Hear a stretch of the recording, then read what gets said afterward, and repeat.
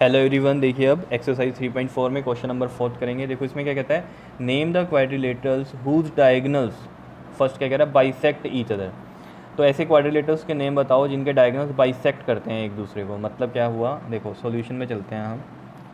First में बात करते हैं बाइसेक्ट ईच अदर। तो देखो बाइसेक्ट ईच अदर में एक तो स्क्वायर भी होता है, ठीक है। स्क्वायर के भी जो डायगोनल्स होते हैं ये वाले, ये क्या करते हैं, बाइसेक्ट करते हैं एक दूसरे को। मतलब ये वाला इसके इक्वल होगा और ये वाला इसके इक्वल होगा, समझ रहे हो। तो एक तो हो गया स्क्वायर इसमें, ठीक है, जिसमें डायगोनल बाइसेक्ट करते हैं ईच अदर। और दूसरा रेक्टेंगल भी ऐसा ही होता है, रेक्टेंगल में भी यही कहानी है, बाइसेक्ट करते हैं डायगोनल्स ईच अदर। देखो कैसे, ये क्या है, एक रेक्टेंगल, तो ये इसके डायगोनल हो गए, ये क्या करते हैं, एक दूसरे को बाइसेक्ट करते हैं। क्लियर है इतनी बात, ठीक है। वैसे इसमें आपको ये कहानी पता होनी चाहिए कि ये जो डायगोनल्स होते हैं इनमें ये भी क्या होते हैं, इक्वल ही होते हैं। तो इस वजह से इसका हाफ पार्ट जो है इसके इक्वल है अगर, तो ये वाले जो हाफ हैं ये भी क्या होंगे, इक्वल ही होंगे। मतलब मेरा कहने का मतलब ये है कि मैंने पहले भी आपको बात समझाई है।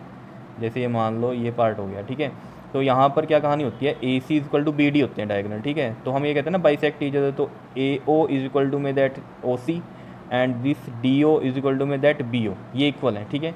तो ये चारों भी आपस में इक्वल हैं। कैसे, जैसे मान लो अगर ये मैं इक्वल बोल रहा हूँ तो मान लो ए सी भी 20 है और बी डी भी क्या है 20, तो इसका हाफ 10, इसका हाफ 10, ये भी 10, ये भी 10, इसलिए ये चारों क्या हो जाती हैं, इक्वल हो जाती हैं। सेम रेक्टेंगल में कहानी है, ठीक है। ये भी डायगोनल्स इक्वल होते हैं, तो ये जो चारों होते हैं ये आपस में क्या रहते हैं, इक्वल रहते हैं, ठीक है। जैसे यहाँ पर भी आप इस तरीके से समझ सकते हो कि ये A O is equal to में ओ सी होता है, O D is equal to में ओ बी होता है, लेकिन ये चारों आपस में भी इक्वल होते हैं, ठीक है। जैसे मैं आपको यहाँ ये समझा रहा हूँ कि ओ ए इक्वल टू ओ सी होता है और ये ओ डी इक्वल टू में क्या होता है आपके पास, ओ बी होता है, ठीक है।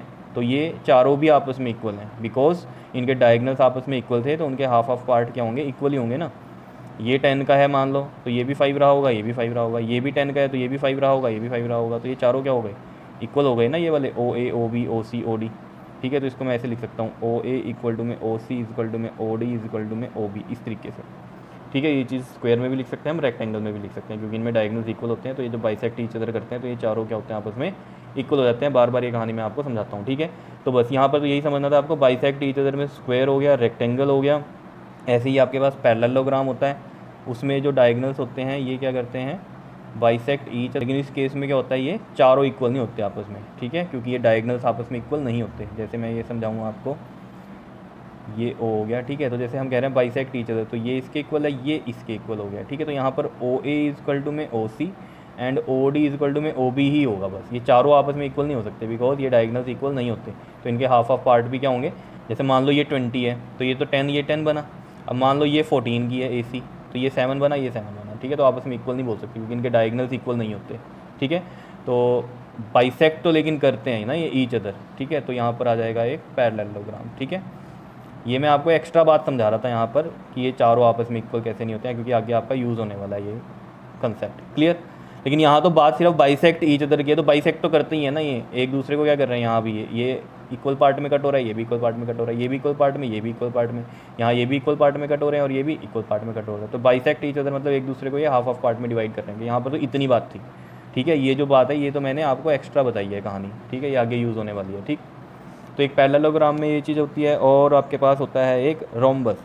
रोम्बस में भी देखो ज़रा डायगोनल्स जो होते हैं वो बाइसेक्ट करते हैं ईच अदर। देखो इस तरीके से होती है ये रोम्बस, जिसमें साइडें तो इक्वल होती हैं लेकिन ये डायगोनल्स इक्वल नहीं होते, लेकिन ये बाइसेक्ट तो करते ही हैं एक दूसरे। ये इसके इक्वल हो जाएगा और ये इसके इक्वल हो जाएगा। यहाँ पर क्लियर है कहानी या नहीं, बताओ, समझ में आ रही है बात, ठीक है। तो यहाँ पर हम लिख देंगे एक और आंसर क्या आ जाएगा हमारा, रोम्बस, ठीक है। सेकंड पार्ट में चलते हैं। देखो सेकंड में क्या कहता है हमें, name the quadrilateral whose diagonals are perpendicular bisector of each other. Perpendicular bisector of each other वो कौन से हैं ऐसे क्वाड्रिलेटर्स। देखो परपेंडिकुलर बाइसेक्टर जो होता है आपके पास, एक तो स्क्वायर में होता है, ये परपेंडिकुलर बाइसेक्टर होता है, मतलब एक दूसरे को कट करते हैं 90 डिग्री पे। और एक होता है आपके पास ये रोम्बस, ठीक है, इसमें भी ये 90 डिग्री पे कट करते हैं। क्या इतनी बात क्लियर है, ये चीज़ आपको याद रखनी है। ये 90 डिग्री पे नहीं होते कट, ना ही ये होते हैं 90 डिग्री पे, ठीक है। तो सिर्फ बचा आपके पास स्क्वायर और रोम्बस। क्या इतनी बात क्लियर है या नहीं है, बताओ, आ रही है बात समझ में। कई बच्चों को ना कन्फ्यूज़न होता है कि काइट भी तो है, काइट में क्यों नहीं होता है ऐसा। देखो काइट कैसी बनती है, इस तरीके से बनती है काइट, ठीक है। यहाँ पर ये बाइसेक्ट जो होते हैं 90 डिग्री पे तो हैं, लेकिन कोई एक ही डायगोनल बाइसेक्ट होता है, इसमें दोनों हाफ में नहीं कट होते। जैसे देखो ये इस तरीके से आई लाइन और ये वाला डायगोनल इस तरीके से। अब ये परपेंडिकुलर तो है बाइसेक्ट कर रहा है, लेकिन इसमें एक ही डायगोनल जो होता है वो बाइसेक्ट होता है, मतलब इक्वल पार्ट में, मतलब ये हो गया और ये हो गया, ये वाला नहीं होगा। इसलिए ये वाली कहानी हम इसमें नहीं लिख पाते हैं, समझ रहे हो। 90 डिग्री पे तो है, लेकिन ईच अदर बाइसेक्ट नहीं होते, मतलब एक दूसरे को कट नहीं करते, सिर्फ एक ही डायगोनल बाइसेक्ट होता है, समझ रहे हो। तो ये कहानी आपको समझनी है कि काइट इस वजह से नहीं आया यहाँ पर, ठीक है। थर्ड क्या है, name the quadrilateral whose diagonals are equal. Third में क्या लिखा हुआ है, आर इक्वल। तो थर्ड में देखो डायगोनल्स किसके इक्वल होते हैं, मैंने आपको अभी बताया था स्क्वायर के इक्वल होते हैं, और इसमें रेक्टेंगल में इक्वल होते हैं ये वाले जो डायगोनल्स हैं। मतलब यहाँ पर ये ए सी इक्वल टू बी डी होता है, यहाँ भी ए सी इक्वल टू बी डी होता है। तो ये सिर्फ किस में होता है आपके पास, स्क्वायर में होता है ऐसा, और किस में होता है, रेक्टेंगल में होता है। क्या इतनी बात क्लियर है या नहीं है, बताओ। आ रही है समझ में कहानी, ठीक है। तो ये ध्यान से आपको समझने हैं, और बार बार कह रहा हूँ प्रॉपर्टीज़ आपको पता होनी चाहिए, तो ये क्वेश्चन बहुत ईजी है, नहीं तो यही बहुत डिफिकल्ट लग जाएंगे आपको। क्लियर, ओके जी, थैंक यू।